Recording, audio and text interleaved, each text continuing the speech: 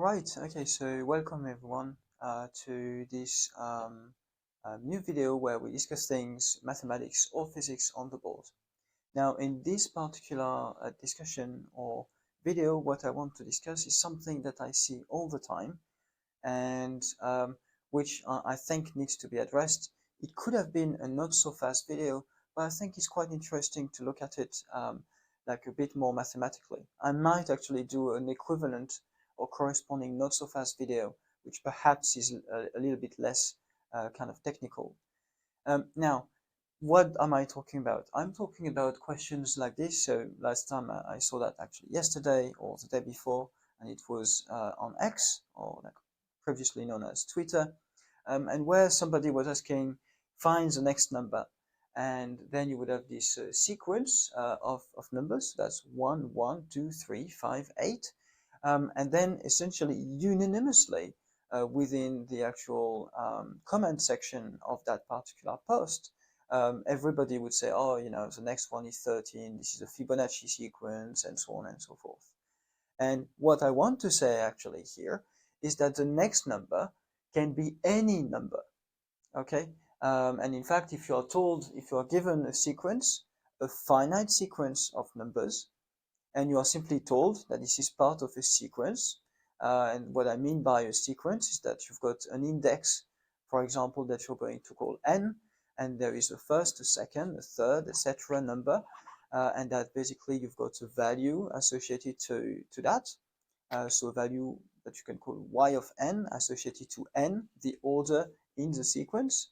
Then any actually number can be obtained at the end of that here, okay, as a successor of 8 in a sequence.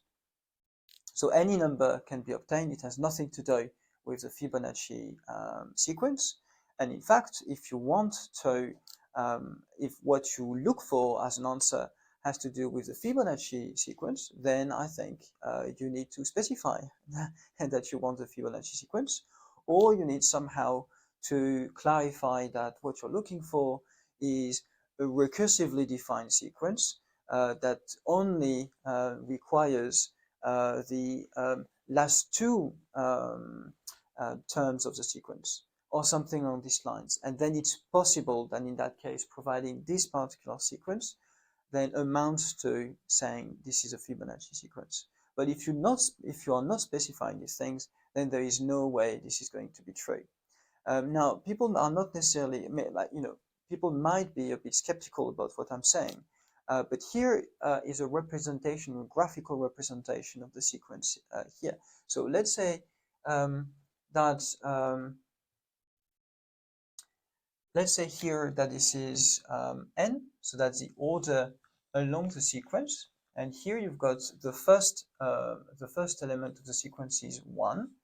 The second element of the sequence, which is here, is actually 1 as well. The third one is actually corresponding to 2. The fourth one to 3. The fifth one to 5. And the sixth one to 8. Okay, so that's essentially how that works.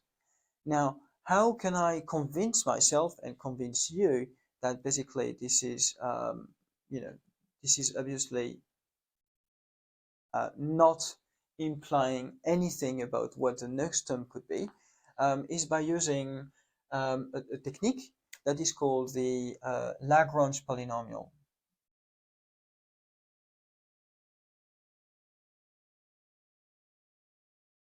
Polynomial methods. Now, the Lagrange polynomial method is an interpolation method. So that's when you want to find a polynomial that actually goes through all possible points that you are aware of in your data. Okay, so often what is going to, you basically specify this as, here you've got values y, here you've got an index n, and you say that you've got some yn associated to a given n, okay? And so it's a collection of these pairs. That's your data, and that's for n that range from 1 to, let's say, some big N. So this is the collection of points you have. and here n turns out to be equal to 6. That's the largest number we are given in the sequence. Now, by the way, here I'm doing it in the discrete case, but because it's a polynomial method, it can be actually used as an actual for continuous functions as well. It's meant to be used for continuous functions, but obviously it's going to be working as well for discrete ones, so where the argument of the variable is discrete. So how this particular method works? Well, the bottom line is as follows. You're going to say that for an arbitrary n, so here you know about some initial n, and then you want to extend to arbitrary values. Because that's what interpolation is about, is you've got some point that you know, and you want to know what happens kind of in between, for example, and so on. So one of the things you could do is, so I can basically try to interpolate over all possible reals, for example. So extend to arbitrary x, x values. And so the way I'm going to do that is that I'm going to create a polynomial that is going to read this way. So p of x, and that's going to be related to the final, the largest number of data point I have, so that depends on n. And then I'm going to write it as follows.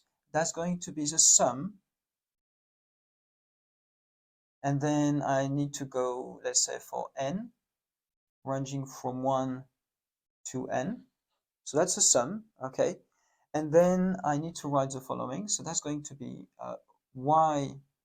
yn, so the value that you've got at this particular n. And then what I want is a term here that is going to be equal to 1 when x is equal to the n that I've chosen here, okay? And that is equal to 0 otherwise. So the way this is actually going to be described usually is as follows. This is the product, and then here that's I that goes from 1 to n again, and I need to say here that I needs to be different from n, okay? So you see that you are within the sum, and then you actually need to take the product of x minus I, and then divided by, here this is going to be n minus I. So actually in this particular product, there is n minus 1 terms in the product, and then basically that's it.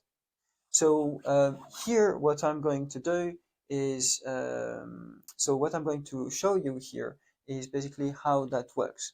So imagine that you said, for example, that x is equal to, let's say x is equal to 1. Okay. So let's actually try to see what this thing is going to be equal if x is set to being 1. Okay. So we've got so example.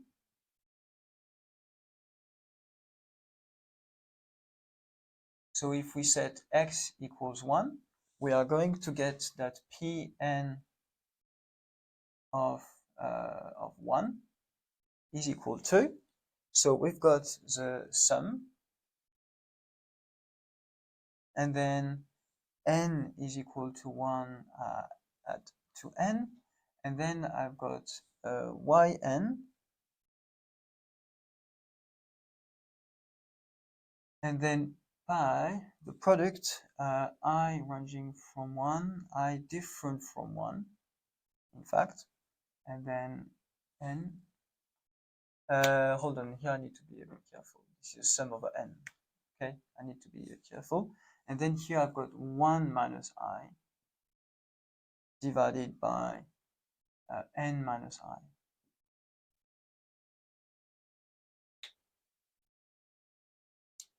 So what do I see? What I see is that if n is equal to 1, okay, if n is equal to 1, then I see that I'm going to get, so we are going to get is equal to y1, okay, y1 here, and then I'm going to get the product for all terms that are not y1, and they are all going to be of the form 1 minus I divided by 1 minus I, which actually is equal to 1. So that's going to be that product of 1, essentially. So I take n times. So for y1, I take n times the product of 1. So that's going to be times 1 times 1 times blah, blah, blah, and that's n minus 1 times. And then we can look at what happens for y2. So if I have y2 here, I've got y2, and then the product is going to be, so again, we need to be careful here. Y2 is going to get 1 minus I, so that's fine. Yes, so that's 1 minus I. And then here we've got n, so that's 2 minus I. Okay, but that's going to be, what's going to happen here is that you need to take the product over all i's. Okay, so just you need to take the product over all i's, and what you see is that basically you've got 2 minus I at the denominator, but here you've got 1 minus I, so actually I is going to vary from 1 to n, so you've got 1 minus 1 that is going to appear, and then you're going to get 1 minus 3 divided by 2 minus 3, and then you're going to get 1 minus 4, and then that's 2 minus 4, 1 minus 5, and then 2 minus 5, and so on and so forth, so to 6. Okay, and what you see here is that there is always one term that is going to be 0. And in fact, here this is always stemming from this one. Okay, so if n in here is different from 1, then you're going to get the 1 minus 1 term here that is going to cancel out in this product here. So this is 2 minus 1. And so the bottom line is that this thing is equal to 0, and therefore the whole product is equal to 0. And this is going to be the case as well for all the rest. So plus y3 times 0, plus y4 times 0, and so on and so forth, plus y5 times 0, and then plus y6 times 0. Sorry, I said n was equal to 8. No, n is equal to 6 here.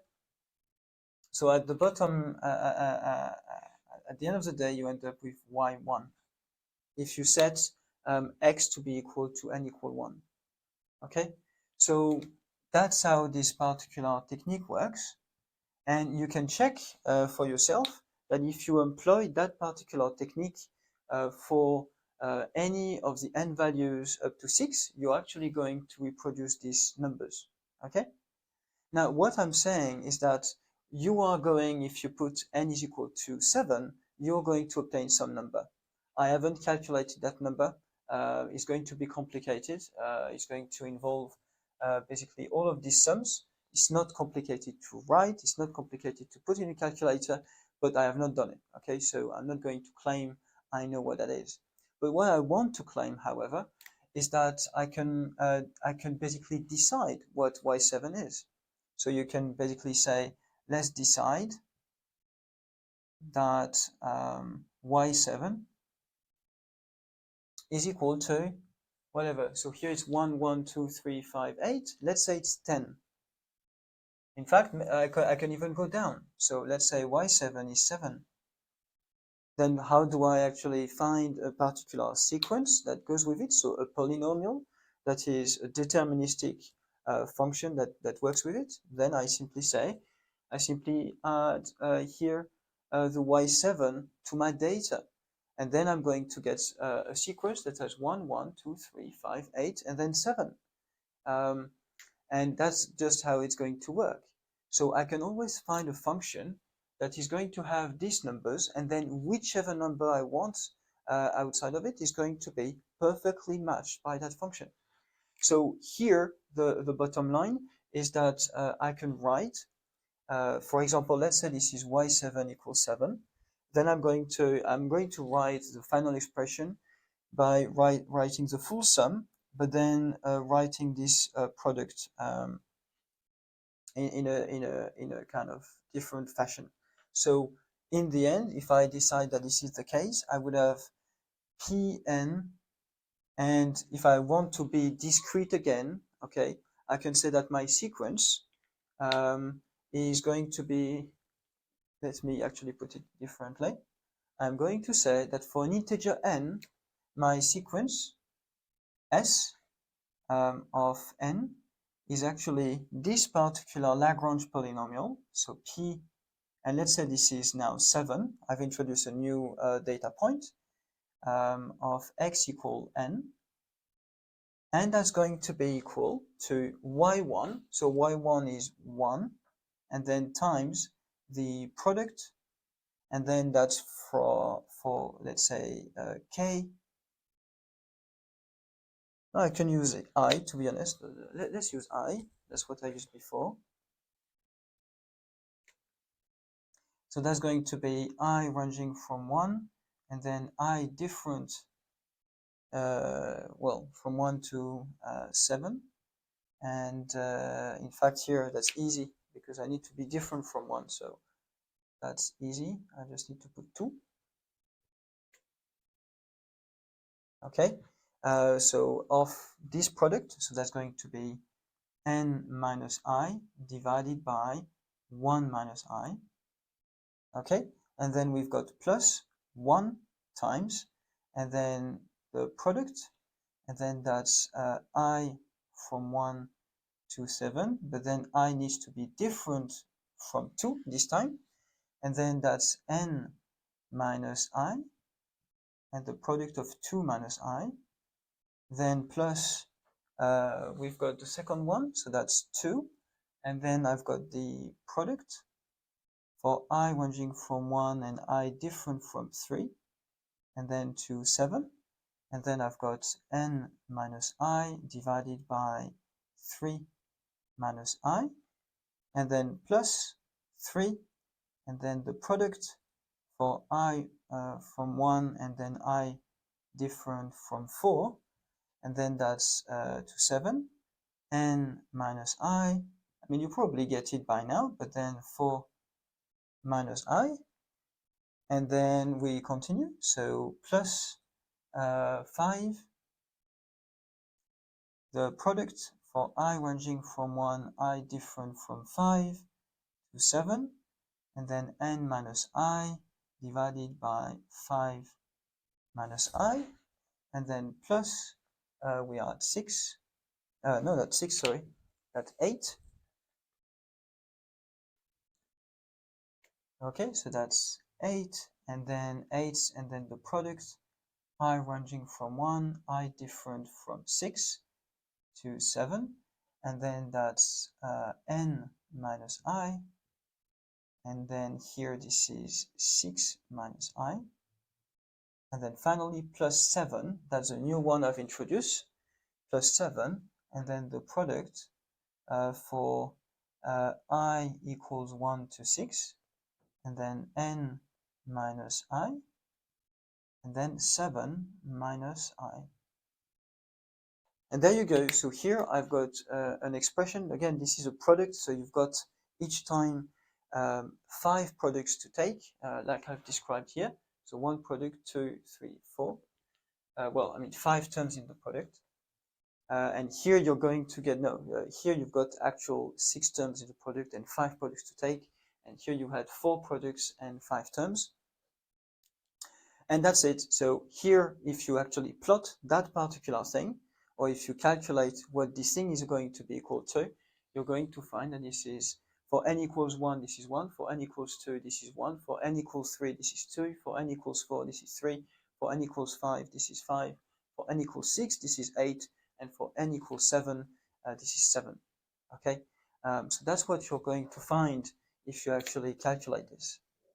And that stems from the Lagrange polynomial technique that can be used, by the way, in like very many different situations. But here, this is a way to prove that you can build any sequence you want, okay, from any pre-existing finite number of sequence. So the bottom line here is that there is no, like if you're given a finite number of sequence and simply told to find the next number in the sequence, so again, to assign a pair yn to n, that's a sequence, okay, because there is an ordering to the number n, then essentially you can't. It's either you can't or any number will do. And to be honest, if people say, oh, but it was obvious that what we meant was a Fibonacci sequence and so on, no, it's not obvious. It's not obvious because functions like this are going to work, okay? So it's absolutely not obvious that this is what has to be done. And here, but the bottom line is that, yeah, it's fairly easy to actually do. If you put that into Mathematica or something, then you can have a very compact version of what the polynomial is going to be. Again, the polynomial is going to be, for example, here of order 5, okay, because you've got 5 terms in the product. Here, this is going to be a polynomial of degree 6, and so on and so forth. Okay. So maybe all of that was completely obvious to you, but what I want to say is that essentially, let me actually get some color.